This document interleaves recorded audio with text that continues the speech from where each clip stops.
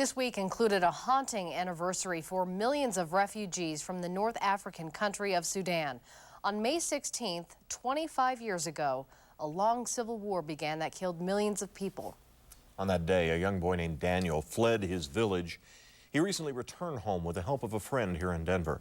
Local businessman Michael Ditchfield traveled with him and brought back video from the trip. 9 News anchor Bazi Kanani shares their story. He's returning with a smile, a dream, and a good friend. This is the story of Daniel. Michael Ditchfield is here for the first time. This is my first time. But for Daniel Deng Bol Arue, this is a land of many memories, both fond and frightening.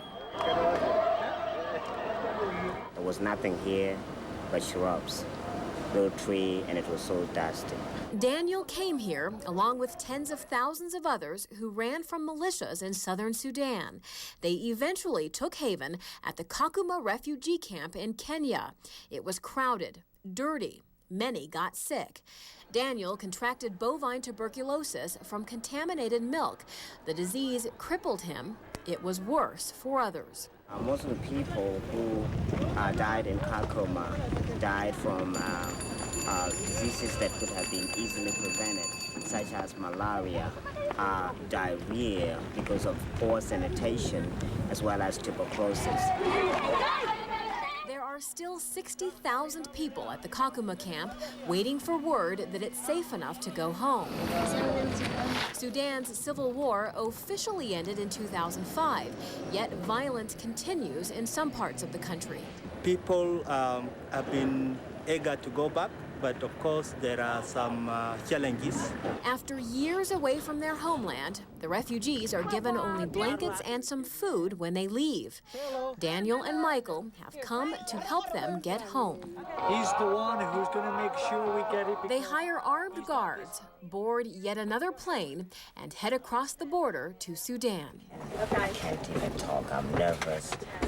My heart is pumping really fast. Daniel is returning to his childhood home for the first time since he fled the war.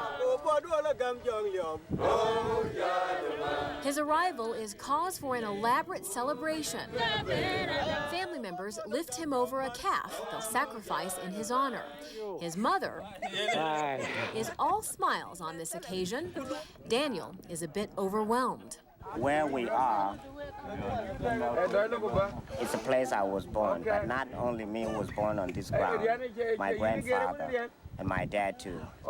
When I left, this tree was where it was and still here. And man. All gather round for a series of speeches. As the elders talk, Daniel translates. They want to know why he can't walk.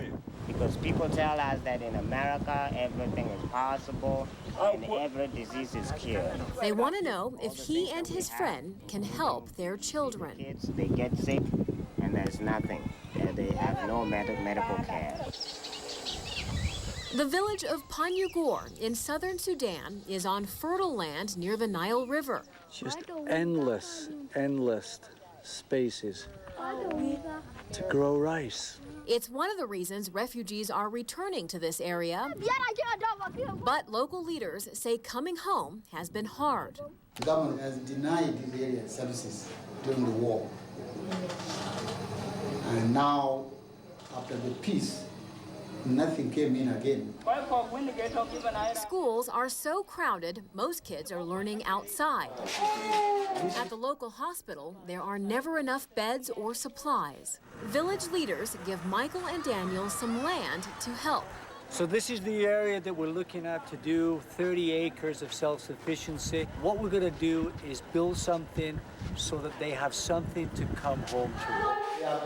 More classrooms, a library, water sanitation, a soccer field, and uniforms. It's a start. We will never accomplish everything that we have dreamed.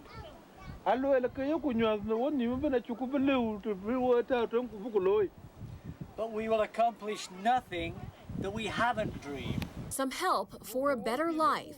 The dream Daniel and his good friend have come all this way to share. If there's a way I can bring the services that I have in America, the privileges, to you here so that we can all share, I will be happy. Bazi Kanani, 9 News. Michael and Daniel have started the 16th of May Foundation. The plan is to send aid to people in his village and thousands of others in surrounding communities. For more about the foundation, go to 9news.com. The story is also on our homepage.